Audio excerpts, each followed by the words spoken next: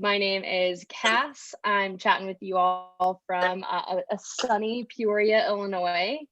Wondering if any of you have heard of Jacob Tobiah before. They wrote a book called, looks like we're getting a little bit of feedback from somebody there. Can y'all hear that? Okay, all good now. Yeah, Sissy, exactly. They wrote a book called Sissy, A Coming of Gender Story. And while it wasn't totally life-changing for me as an openly out and proud non-binary person, it was highly relatable. So I wanted to share my own coming of gender story for the first time in its kind of written, thought out form with you all today. So thanks for listening. I was assigned female at birth, along with my twin sister, Mare. I like to call us very fraternal because there's not a whole lot we share in common aside from our amazingly good looks and even better personalities. At a young age, I quickly established myself as kind of the athlete of the family. And then not long after, I established myself as the tomboy on the playground as well.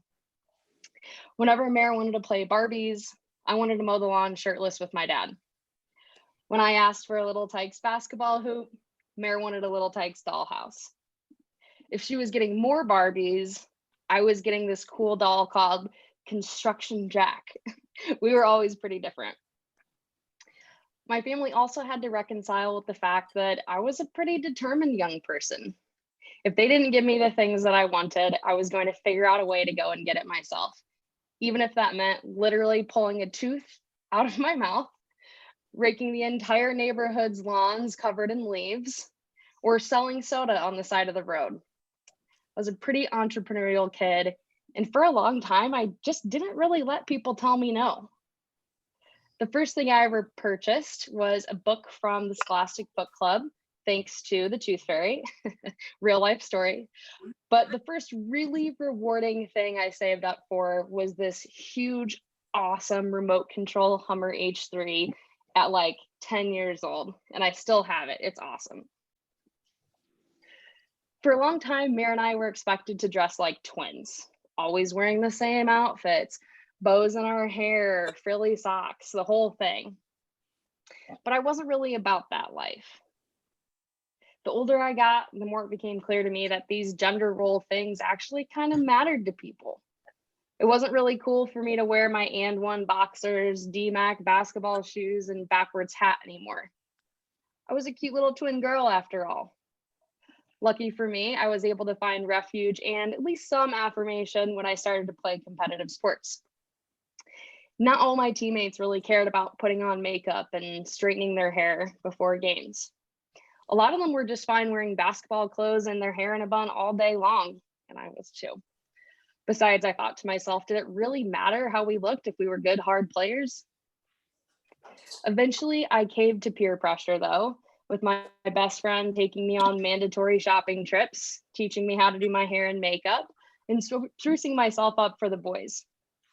So from about 5th grade through college, I pretty much conformed and performed the physical presentation that society expects from a young woman.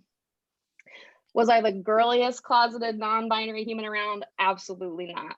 But I did truly make an honest effort to fit in with my teammates, my classmates, and all my other peers for a pretty long time. In my first lesbian relationship, I eventually felt safe to start dressing as I wanted. I loved my girlfriend unconditionally, and I assumed that she felt the same way, considering how much we went through to actually be together. When I worked up the courage to tell her that I wanted to wear cargo shorts in addition to all the basketball clothes we already wore, I got a pretty definitive no way. She was dating a girl and wanted me to remain that way. Due to other young gay reasons, we split ways during my sophomore year of college, but that denial of allowing me to express myself stuck with me for a really long time.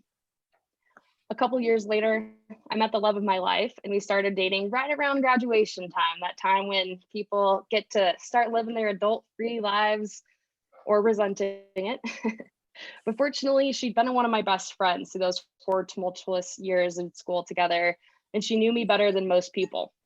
She's one of those that like actually listens, like really listens to you. We moved to DC together and started to get a much better feel for freedom, far away from all the family and friends and things that were familiar, allowing us to really find ourselves and each other. When I decided on a whim to shave half of my head, she was surprised but supportive. So supportive, in fact, that she strongly encouraged me to immediately go get it fixed by an actual professional because it was pretty crooked, to say the least. When I started to buy clothes that I actually wanted to wear, she'd let me know when an outfit that I put on looked like a toddler had just picked it out. And in a sense, I kind of was a toddler. All this was brand new for me, actually getting to express myself however I wanted. I was this like excited little kid, and I thought blue and blue, right? She's now found me size inclusive brands, barbershops, haircuts, shoe stores, briefs, and everything else I needed to feel good about authentically being me. She's created a safe space for me to explore my gender. She's helped me to think through my pronoun usage and decision to have top surgery. She's never asked me to be more like a girl. Thus far, I think I've talked mostly about kind of my outward appearance rather than my internal feelings. And that's because so much of gender for me is about how other people perceive me. When I dressed like a girl to conform and fit in, people expected me to be a girl. I've just never felt like a woman. I haven't felt like a man either, though. I've never really fit into the mold that society places around gender roles. For me, coming to terms with my gender was a natural but pretty challenging process. My personality didn't really change, but my confidence and holistic well-being dramatically improved. I use they, them pronouns because I'm neither male nor female, but in my head, I'm really just Cass. In my head, the clothes that I wear have no gender.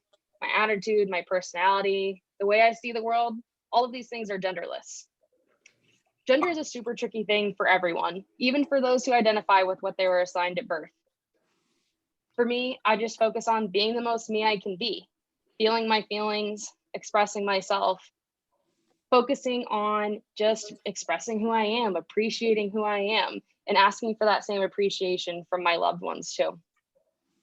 A lot of my coworkers and loved ones had a hard time adjusting to my new pronouns for a while and just overall understanding me as a human. And that used to bring me a lot of pain. Every time someone misgendered me, it'd be like this sharp ping in my chest and this kind of alarm going off in my head, like caution. They don't actually know and respect you for who you are.